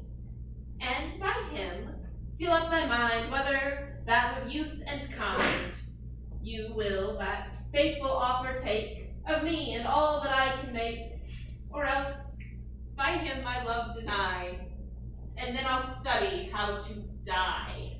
Call you this child? Oh, alas, poor shepherd. Do you pity him? No, he deserves no pity. Will you love such a woman? It's not to be endured. But I can see that love hath made thee a tame snake, and therefore go to your love and tell her this from me. Say that if she doth love me, I charge her to love thee, and that I will not have her unless you entreat for her. If you are a true lover, hence and not a word, for here comes better company. Good morrow, fair ones. Pray you, if you know, where in the pearliest of this forest stands a sheepcote fenced about with olive trees? Well, it lies in the neighborhood bottom over there, but at this hour there is none within. If that an eye may profit by a tongue, then should I know you by description. The boy is fair, of female favor, and bestows himself like a ripe sister. Are you not the owner of the house I did inquire for? It is no boast to say that we are. Orlando hath commended him to you both, and to that youth he calls his Rosalind, he sends this bloody napkin. Are you he? I am. What are we to make of this? Some of my shame, for if you will know what man I am, and how, and why, and where this handkerchief was staked. Oh, I pray you tell it. When from last Orlando parted from you, he left a promise to return again within an hour, and pacing through the forest, he marked what object did present itself. A wretched, ragged man, overgrown with hair, lies sleeping on his back. About his neck, a green gilded snake had wreathed itself, who with her head nimble in threat approached the opening of his mouth. But suddenly, seeing Orlando, it unlinked itself, and with indented glides did slip away into a bush, under which bush's shade a lioness lay couching, head on ground with cat-like watch when that the sleeping men should stir. For it is the noble disposition of that beast to prey on nothing that doth seem as dead. This seen, he approached the man and found it was his brother, his elder brother. Oh, I heard him speak of his brother before. He said that he was most unnatural that lived amongst men. And well, he might so do, for well, I know he was a natural. But to Orlando, did he leave him their food for the sucked and hungry lioness? Twice did he turn his back in purpose so, but kindness, ever no more than revenge. They didn't give battle to the lioness, who fell quickly before him, in which, hurtling from miserable slumber, I wait. Are you his brother? Was you he rescued? Was you that so oft contrived to kill him? 'Twas I, but 'tis not I. I'm not ashamed to tell you what I was, since the conversion so sweetly tastes being the thing I am. But to the bloody napkin. By and by. When from the first to last betwixt us two, tears our countenance had most kindly bathed. In brief, he led me to the gentle Duke, who gave me fresh array and entertainment, committing me unto my brother's love, who led me instantly unto the cave, there stripped himself, and here upon his arm the lioness had torn some flesh away, which all the while had bled. And now he fainted and cried in fainting upon Rosalind. In brief, I recovered him, bound up his wound, and after some short space, being strong at heart, he sent me hither that you might excuse his broken promise, and to deliver this napkin dyed in his blood to that gentle shepherd he doth call his Rosalind. Oh, cousin Ganymede! Many will swoon when they look upon blood. There was more in it, sweet Ganymede. Look, he recovers. I grabbed his arm. Be of good cheer, youth. You a man. You lack a man's heart. I do so, I confess it. Sirrah, many a body would think that this was well counterfeited. Tell your brother how well I counterfeited. Hey-ho. This was not counterfeit. 'Twas too great testimony in your complexion to be a passion of earnest. Counterfeit, I assure you. Well, then be of good heart and counterfeit to be a man. I do, but I confess I should have been a woman by right. You grow paler and paler. I pray you, let us go homeward. Did Sir go with us? Oh, that will I, for I must bear excuse back to my brother, Rosalind. I will devise something. Tell him how well I counterfeited. Will you go?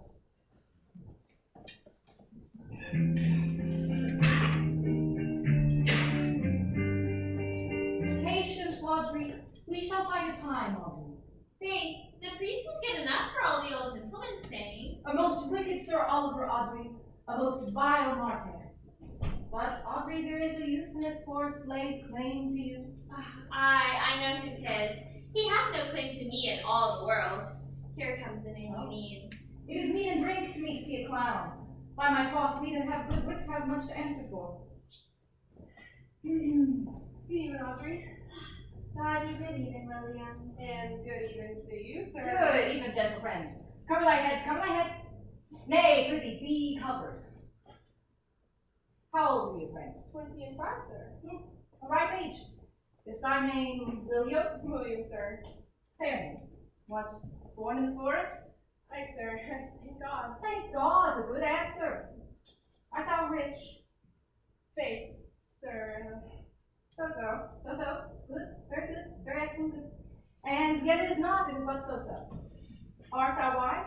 Aye, sir, I have a pretty wit. Why, thou sayest well. I do now remember a saying, the fool thinks himself to be wise, but the wise man knows himself to be a fool. You love this maid? I do, sir. Give me your hand. Art thou learned? No, sir. Then learn this of me. To have is to have, for it is a figure in rhetoric that drink, being poured of a cup into a glass, by filling the one doth empty the other. For all writers do consent that ipse is he. Now, you are not ipse, for I am he. Which he, sir? He, sir, that must marry this woman. Therefore, Clown, abandon, which is in the boorish, leave, the society of this woman, which is in the common thief, which together is, abandon the society of this female, or, Clown, thou perishest, or to thy better understanding, thou diest, or to wit, I kill thee. I will overrun thee with policy. I will kill thee 150 ways. Make thee away. Translate thy life into death, thy liberty into bondage. Tremble and depart. Do good, William. God rest you, very good sir.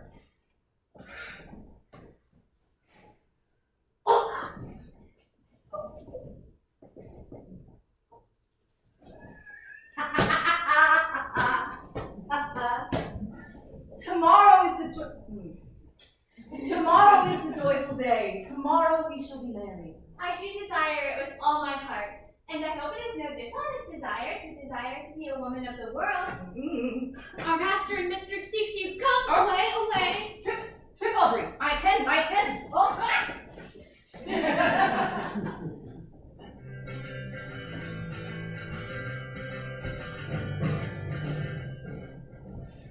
Is it possible that on so little acquaintance you should like her? But seeing you should love her, and loving woo, and wooing she should grant? And will you persevere to enjoy her? Neither call the events of it in question, the poverty of her small acquaintance, my sudden wooing, nor her sudden consenting, but say with me, I love Aliena. Say with her, she loves me, consent with both, we may enjoy each other. It shall be to your good. For my father's house and all the revenue that was old Sir Lawrence will I estate upon wheel. And here live and die shall. You have my consent. Let your marriage be tomorrow. Thither will I invite the Duke and all his contented followers. Go you and prepare Aliena. And look you, here comes my Rosalind. Good evening to you, sir, and you first, sister. Oh, my dear Orlando, how it grieves me to see your heart in a scarf. It is my arm. I thought your heart had been wounded with the claws of a lion. Oh, wounded it is, but with the eyes of a lady. Did your brother tell you how I counterfeited to swoon when he showed me your bloody napkin? Aye, and greater wonders than that. Oh, I know where you are. Your brother and my sister no sooner looked, but they loved. No sooner loved, but they sighed. No sooner sighed, but they asked each other the reason. No sooner knew the reason, but they sought the remedy. And in these degrees have they made a pair of stairs to marriage, which they will climb incontinent, or else be incontinent before marriage. But they will together. Clubs cannot part them. They shall be married tomorrow, and I will bid the Duke to the nuptial. Oh, but how bitter a thing it is to look into happiness through another man's eyes. By how much I will be at the height of heart heaviness tomorrow, by as much as I shall think my brother happy in having what he wishes for. Then I cannot play your turn for Rosalind tomorrow. I can live no longer by thinking. Then I will waste no more of your time with idle talking. Believe, if you will, that I am capable of strange things. If you love Rosalind so deep as your gesture cries, then tomorrow, when your brother marries Aliena, you shall marry her. It is not impossible for me to set her before you, human as she is, and without any danger. Speakest thou in sober meanings? By my life, which I treasure, though I say that I am a magician. Go you, prepare yourself. You will be married tomorrow, and to Rosalind, if you will. But look you, here comes a lover of mine and a lover of hers. You have done me much ungentleness to show the letter I wrote to you. What's that to me? It is my study to seem cruel and ungentle to you. Youth, dear shepherd, tell this youth what 'tis to love. It is to be all made of sighs and tears, And so am I for Phoebe. And so am I for Ganymede. And so am I for Rosalind. So am I for no woman. It is to be all made of faith and service. And so am I for Phoebe. And so am I for Ganymede. And so am I for Rosalind. And so am I for no woman. It is to be all made of fantasy, all made of passion, and all made of wishes, all adoration, duty, and observance, all humbleness, all patience and impatience, all purity, all trial, all obedience. And so am I for Phoebe. And so am I for Ganymede. And so am I for Rosalind. So am I for no woman. If this be so, why blame you me to love you? If this be so, why blame you me to love you? If this be so, why blame you me to love you? To whom do you speak? Why blame you me to love you? To her that is not here, nor doth not hear. Enough of this. It's like the howling of Irish wolves against the moon. I will satisfy you, if ever I satisfy a man, and you will be married tomorrow. I will marry you, if ever I marry a woman, and I will be married tomorrow. I will content you with what pleases you contents you, and you will be married tomorrow. As you love Rosalind, meet, and as you love Phoebe, meet. And I will meet, and so it will be. I have given my commands. I'll not fail if I live. Nor I. Nor I.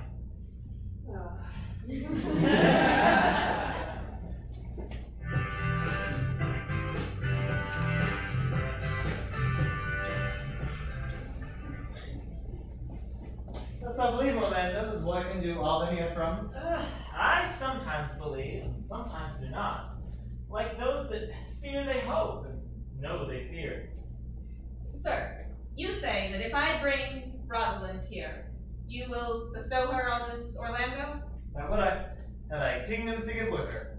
And you say that you will receive her, should he give her? Oh, that would I, were I of all kingdoms king.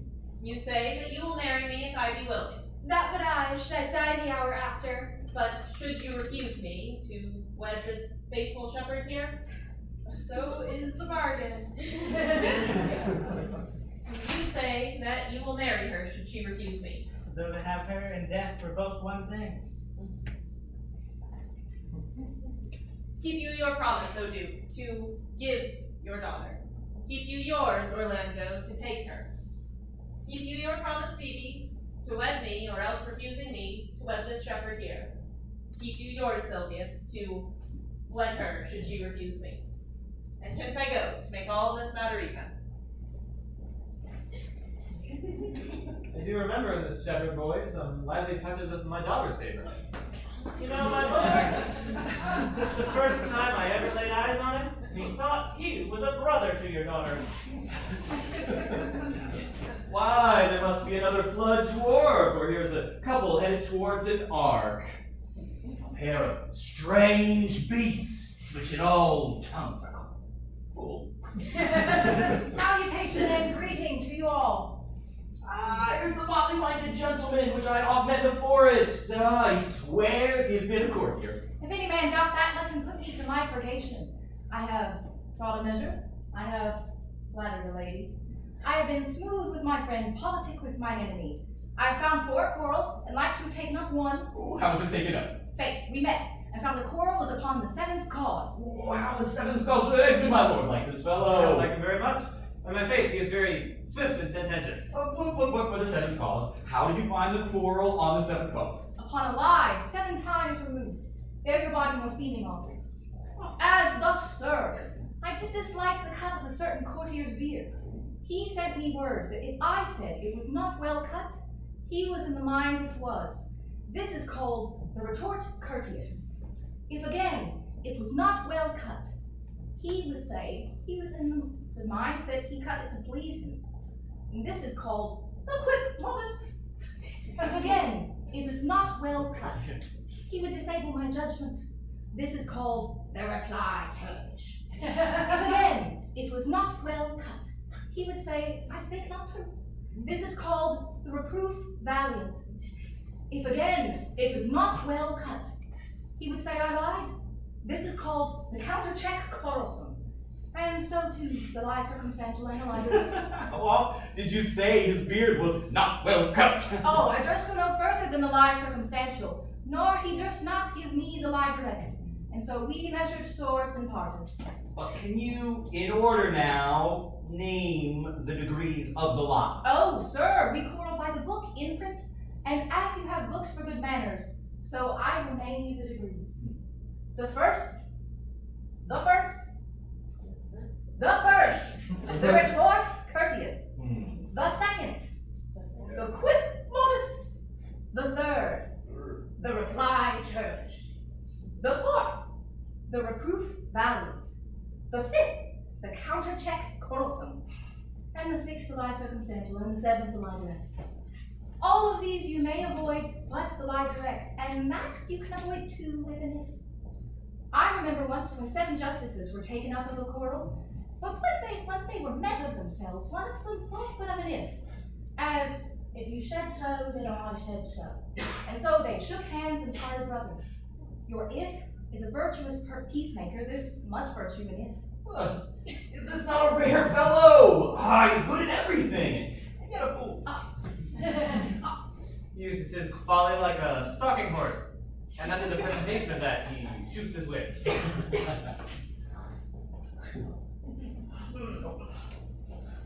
To you I give myself, for I am yours. There be truth inside, you are my daughter.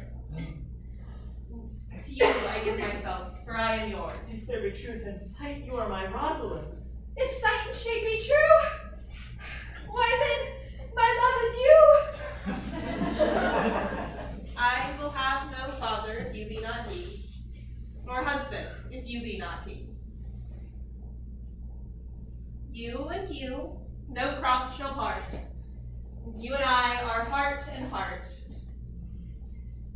You to his love must accord, or else have a woman to your lord.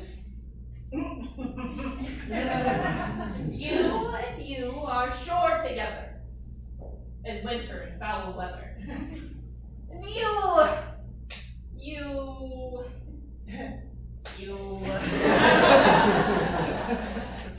Oh, my dear niece, welcome thou art to me. Even daughter welcome in no less degree. I will not eat my word. Now thou art mine. Thy faith my fancies to thee doth confide. Let me have audience for a word or two. I am the second son of old Sir Roland.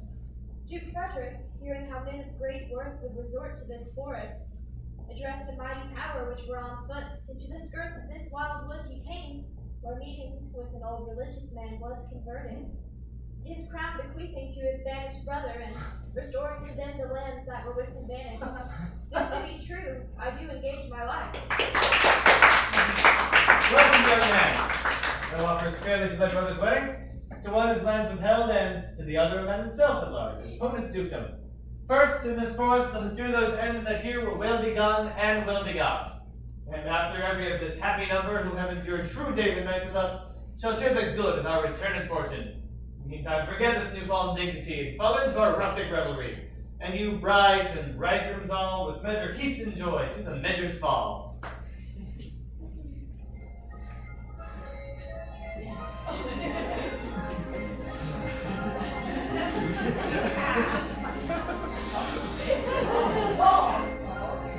Well, sir, by your patience, if I heard you rightly, the Duke has put on a religious life and cast aside the pompous court. You have. To him will I, out of these contrivities, there's much to be learned and heard. To you, to your former glory I bequeath your patience and your virtue, much so. And to you, a love that your great faith doth merit. And to you, your land, your love, and your allies.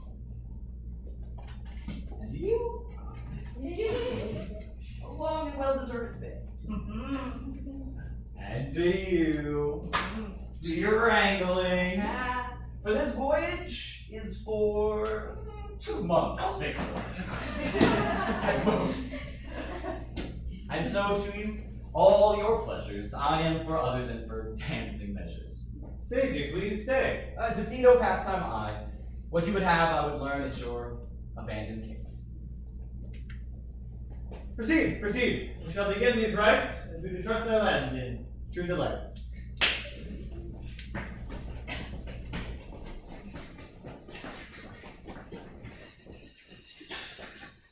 'Tis not the custom to see the lady at the epilogue, but 'tis no more unhandsome than to see the lord at the prologue. Now they say that a good wine needs no bush, and a good play needs no epilogue. But to good wine they use good bushes, and good plays are made better with the addition of a good epilogue. So what case am I in, then, that I am neither a good epilogue, nor can I contend with you on behalf of a good play? I am not furnished like a beggar, and therefore to beg becomes me not. My way is to conjure. And I will begin with the ladies. O women, for the love that we might owe to men, like as much of this play as pleases you.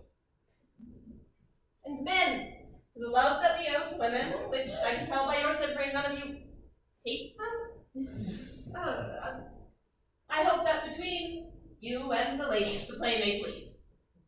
Now, were I a woman, I would kiss as many of you as had good faces, nice beards, and sweet breath, and so as many of you as have beards that like me, faces that please me, and breath that defies me not, I hope, when I curtsy, will bid me farewell.